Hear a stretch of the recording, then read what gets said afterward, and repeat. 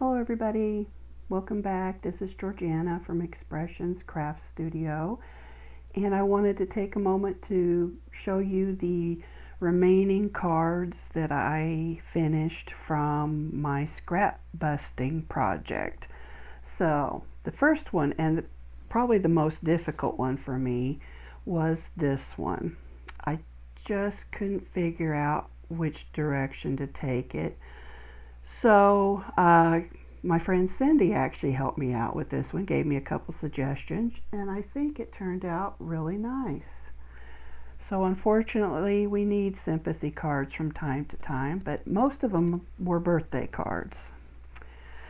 This one, I decided to take a chance and stamp directly on the card. And you can probably see it's crooked. My happy is crooked, which is why I usually prefer a sentiment that I can attach separately, because if it's not straight, I just don't use it. But aside from that, it's all scraps. These are some old card bases from Michaels, as I mentioned before. A leftover scrap from using Gina K's Embossed Resist technique. This was cut off of something that I had embossed. It's a wood grain embossing folder, and I just ran a little ink over the ridges, and then I stamped some flowers and bees in the background and colored them with my alcohol ink markers. And yeah. Oh, this one did have a surprise inside. So I've got this beautiful bee up here, and then this cute little crown down here in the corner. So a few of them I decorated the inside, but most I didn't. And here's another sympathy card, and it's using that same leftover piece from the Gina K technique. Another pre-printed on my laser printer sympathy sentiment that I then foiled. One of my little flowers that I ink blended. Well, I didn't ink blend. It's on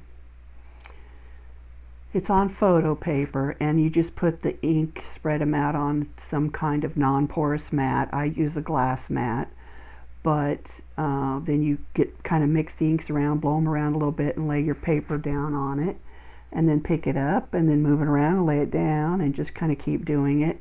And then you get these mottled and variations in the color. So I've also got some die cuts here that I had in my stash that are in vellum.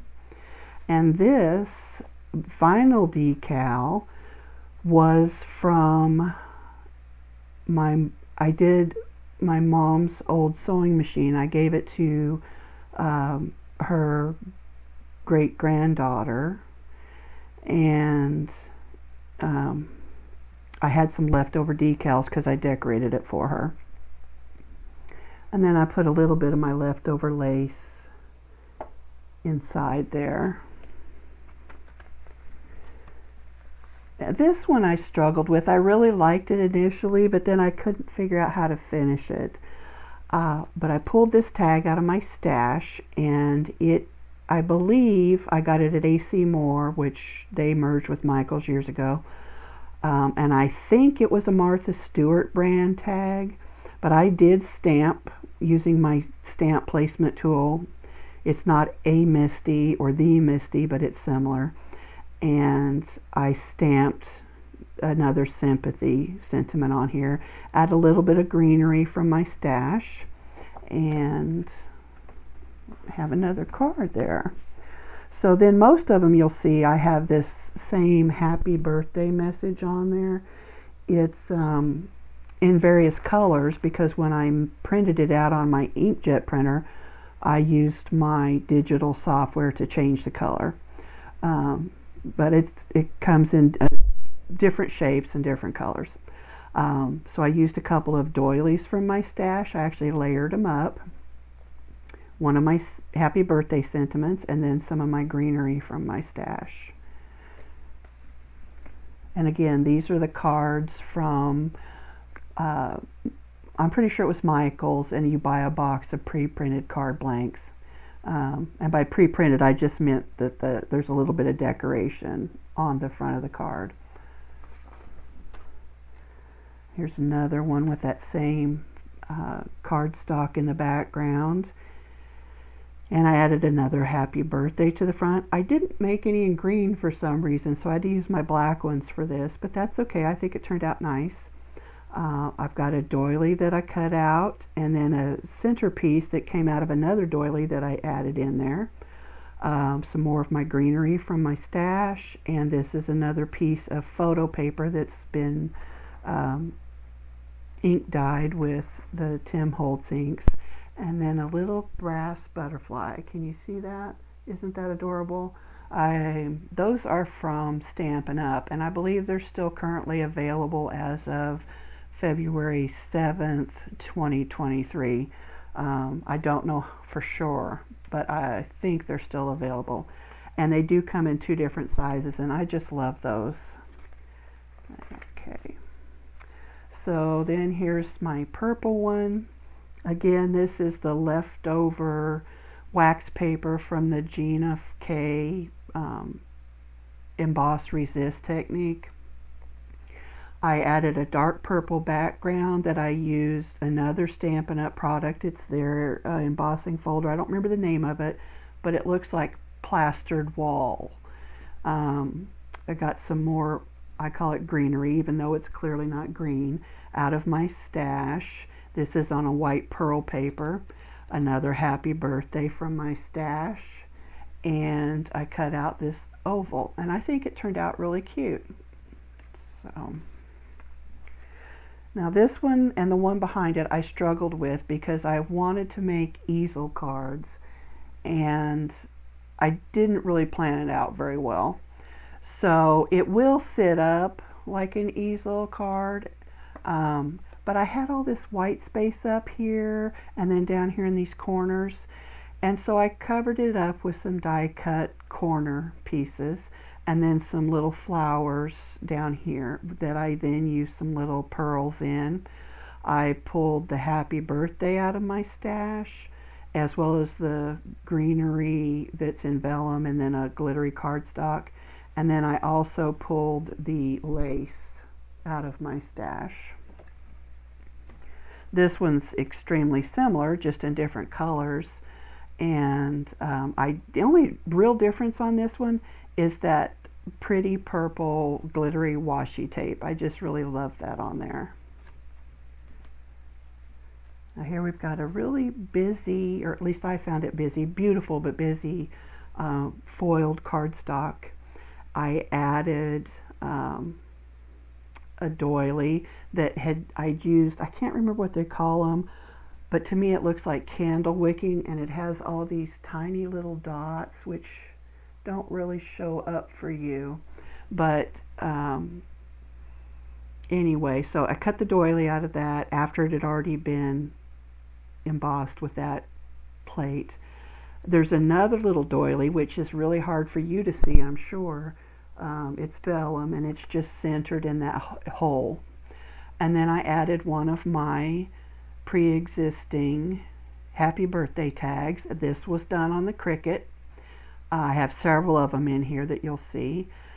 The Cricut wrote the sentiment out and then cut the tags out for me, as well as the layering piece, or the base piece. And that is something I learned watching a lot of Melody Lane videos, and I plan to do more videos kind of in honor of Melody Lane. I'm thinking of Memory Lane. It's been about a year since she passed away, and I know her absence is deeply felt by many of us, so I think it's time that we start just remembering her in whatever way people are comfortable doing. So anyway, that was something I learned from her. And then I've got another one here, and I've got 2 of those brass butterflies.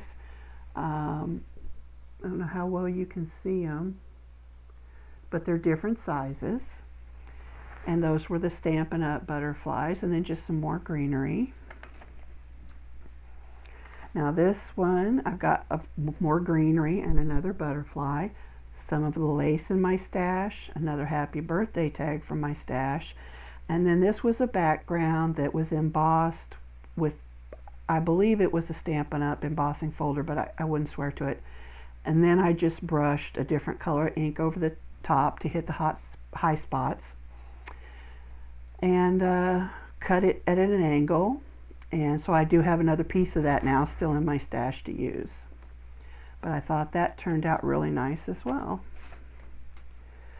Now this one was another one that kind of gave me fits. I struggled a little bit, but once I got it figured out, I feel like it turned out really well. So I used one of my background dies to cut this lattice piece to lay over this busy, sparkly, beautiful green cardstock. Then I layered a doily, a vellum doily over that, and then I've got some more of that photo paper that's been ink dyed, my pre-printed sentiment, and one of my beautiful brass Stampin' Up butterflies. I don't think there was, no, nothing on the inside of that one. So this one was one of the four, I found four that I'd actually put together upside down, and I realized what I was doing was as I was gluing down the doily, I would spin it around, lift it up, glue, spin it around, lift it up, glue. And so I'd end up putting stuff together upside down. This is how it should have went with these little flourishes at the top. But because it was upside down, they ended up at the bottom. But I think it turned out all right. Again, this is just another one of the Michael's cardstock that was embossed and then ink blended over. I've got a paper doily with another oval lace doily that's kind of got a lattice background. It's going to be hard to see, but you get a little hint of it right through there. These are actually wrapping paper. So I ran a piece of cardstock through my Xyron sticker maker, put the wrapping paper over it, and then die cut it out. And I will be doing some more videos on that because I think it's a really cool technique. A little cut out die cut butterfly with a little bit of bead trim on it. And that pretty much wraps that one up. So this was one of my favorites. It's a scrappy background where I pieced all of the scraps together. It's laid over another piece of that leftover wax paper from the Gina K project that I did. We've got a square doily, vellum doily on there from Stampin' Up. And then here's a photo paper die cut butterfly with the ink on it. And I'm really happy with that one. Now this one also gave me fits. I couldn't figure out how to finish it and where to get going with it. This was a full card front, and I ended up cutting it out into an oval, matting it on top of this background piece, and then I used a jelly glitter pen to kind of fill in the wings so that they glistened a little bit. Added some of the foil from the Genevieve technique where she uses the glue stick and then just rubs the foil over. I colored in the leaves and I didn't like it. So that was where I really got stumped. So I added some more of this trim. And then I pulled some more of these photo paper leaves out of my stash. And I actually made these flowers. So I did create a little bit more scrap material. But I think the flowers turned out really good. And I think they kind of made this card. The little black, matte black pearls are from Stampin' Up, I believe. And the trim was something I got, it's been a few years, but it was either Hobby Lobby, Michael's, or Joann's. Those are my three go-tos, with Joann's being number 1, Michael's being number 2, and Hobby Lobby being number 3. This one, I actually felt like this could go a number of directions. It could have been an anniversary card even, I felt like. But I don't make enough masculine cards, so I kind of felt like, even though it's a little sparkly, I kind of felt like it was masculine. Or it could be. So I ended up using another one of my happy birthday tags. I had this pre-cut tag that I layered it on. I did raise it up with some dimensional tape. I added some silver thread to it, and there you go. Now this one was another one of my upside down boo-boos, which is why my flowers are coming down, or my leaves I should say, are hanging down off here. But I had this piece, and it was a full-size background, and I decided that this oval would be nice, so I cut that out using a die. But then the card was just kind of plain, and so I added these die cut corner pieces, and then I layered a not vinyl, I keep wanting to say vinyl, a vellum doily over the top. I don't know how well you can see that. And then, of course, one of my happy birthday labels, another butterfly, and some more of my greenery stash. And my last one was also upside down. And basically it's the same as most of the others. I've got a vellum doily laying on there, which is really hard to see on the camera. A pre-cut oval. I was going to say doily, but I tend to think doilies are round, even though I know they're not always. That was on blue paper, but then I had ink blended over it to change the color a little bit. Added another one of my pre-printed happy birthday tags that I then die cut. And this is why I know this card was upside down, because my butterfly is upside down. In my opinion, I would never intentionally put the butterfly at the bottom of the card facing down. I would put it always facing up and anywhere on the card. So, but I couldn't get the butterfly off to fix it, so I'm going to leave it the way it is. And then lastly, I went through and put my sticker on the back that's got handmade for you, etc., etc., and then my little yellow butterfly. So that was my stack of cards. I've forgotten how many there were, but there's quite a few, and I've already mailed some of them out for birthday cards. I think I sent out 7. So I ended up getting over 24 cards out of my scrapbusting project, and I could make probably another dozen if I really wanted to, but I'm kind of tired of it right now. So I'm going to go back to my project Christmas cheer for the Angel Card project, and I'm going to be starting a new series, Remembering Melody. As I said earlier in the video, Melody Lane was a very well-known crafter in the Cricut community. She passed away last year, about a year ago, due to COVID, and it's left a really big hole in our little crafting world. And you know, her sister and her son are trying to carry on her legacy. The thing of it is they've got really big shoes to fill.